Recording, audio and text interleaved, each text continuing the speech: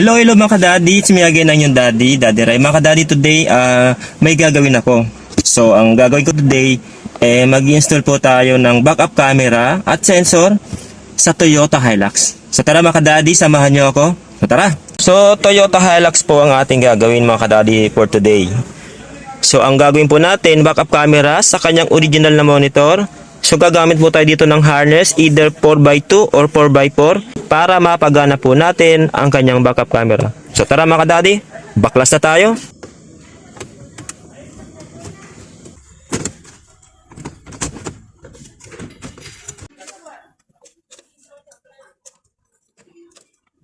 So mga kadadi, ang gagamitin po natin na harness, ayan po without DVD.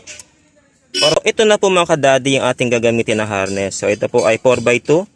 Ipapalit po natin ito dito po sa kanyang lumang harness. Ito po yung kanyang lumang harness. Papalitan po natin ng bagong harness at marami na po itong mga RCA.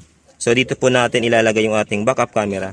So tara, gawin na po natin. So yan na nga mga kadadi, nailagay na po natin ng kanyang bagong harness. So ang kanyang camera, RCA para sa kanyang camera. At yung sa kanyang reverse po, lagay na din po natin. So wiring po, okay na po tayo. Balik na po natin yung ating monitor.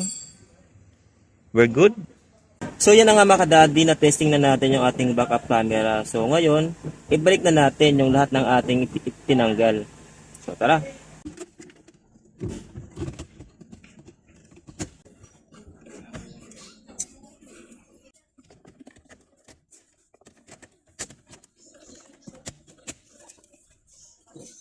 So mga kadadi, ito yung ating wiring, reverse saka ground para sa ating backup camera.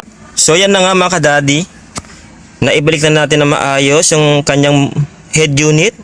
So tara, testing na po tayo. So reverse po tayo. So yan na po yung ating backup camera. Salamat sir, ingat po.